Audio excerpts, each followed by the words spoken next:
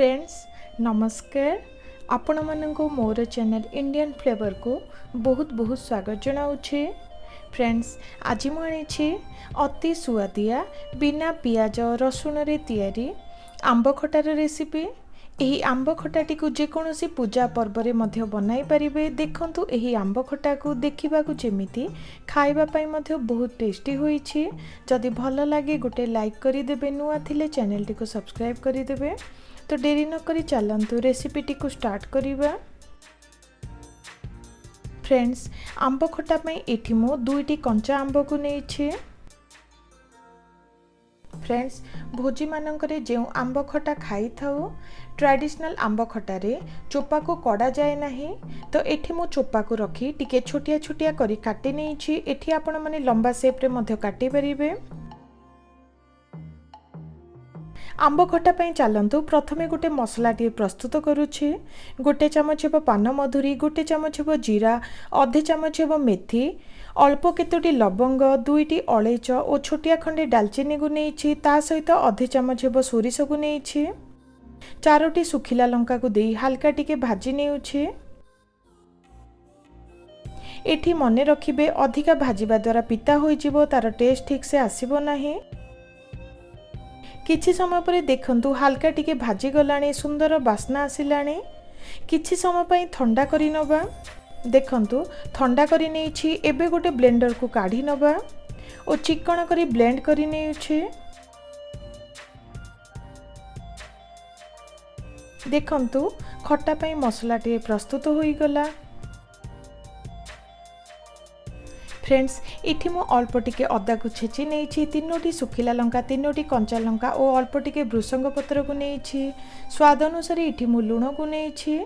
ता सहित आधे चमच हेबो पंच फुटण और गोटे तेजपत्र को नेछि। एठी नेछि हेंगु।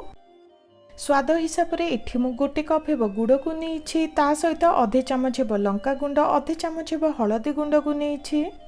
एठी मु किछि खजरा और काजू को नेछि, जहा द्वारा बहुत सुंदर टेस्ट आसीबो। प्रथमे गोटे बाउल रे गोटे चमच हेबो कॉर्नफ्लोर को नेउछि। सेथिरे अल्प टिके पानी देई ताकू भल भाबरे मिसाई नबा, जहा द्वारा खटा रे बहुत सुंदर ग्रेवी आसीबो। कॉर्नफ्लोर रो मिश्रण टी रेडी हे गला। एबे साइड रे रखी नेक्स्ट प्रोसेस स्टार्ट करिबा। फ्रेंड्स एठी मु गोटे कड़ाई को लो रु मीडियम हीट रे गरम करि नेछि। एबे सेथिरे गोटे चमच हेबो तेल को दबा। तेल टिके गरम हे आसिलाणी। एबे सेथिरे पंच फुटण, ता सहित अल्प टिके हेंगु को देई हल्का टिके भाजी नबा। एबे सेथिरे अदा, सुखिला लंका, कंचा लंका और भृसंग पत्र, ता सहित तेजपत्र को देई हल्का टिके भाजी नेउछि।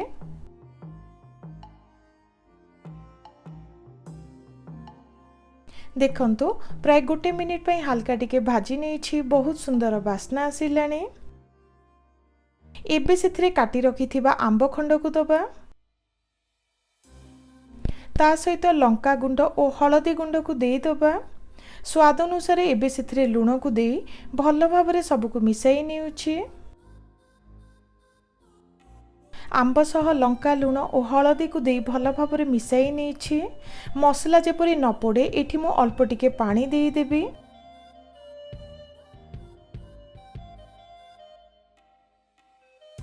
पानी देई प्राय 2 रु 3 मिनिट पई भाजी नबा, जहा द्वारा आंब टिके नरम होई जिवो। प्राय 3 मिनिट पई भाजी नेछि। देखंतु आंब टिके नरम लागुछि, हल्का टिके सिझी गलाणी। एबे सेथिरे गुड़ को दबा। ता सहित अल्प टिके पानी देई किछि समय पई कसिबा को छाड़ी दबा, जहा द्वारा आंब गुड़ सह भल भाबरे मिसी परिबो। तार टेस्ट बहुत सुंदर आसी थाए। फ्रेंड्स एठी आपण माने चीनी मध्य देई परिबे, किंतु ट्रेडिशनल आंब खटारे गुड़ को यूज करा जाए। एबे कवर करि नै पुनी थरे 3 रु 4 मिनिट पई रांधी नबा। प्राय 4 रु 5 मिनिट पई रांधी नेली।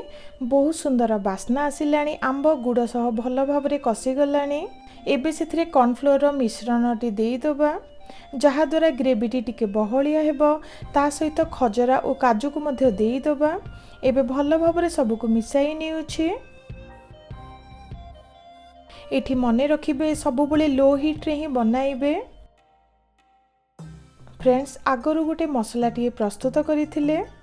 दरकार हिसाब रे एठी मु गोटे चामच हेबो मसला को देउछि। मसला को देला परे भल भाबरे सब को मिसाई नबा।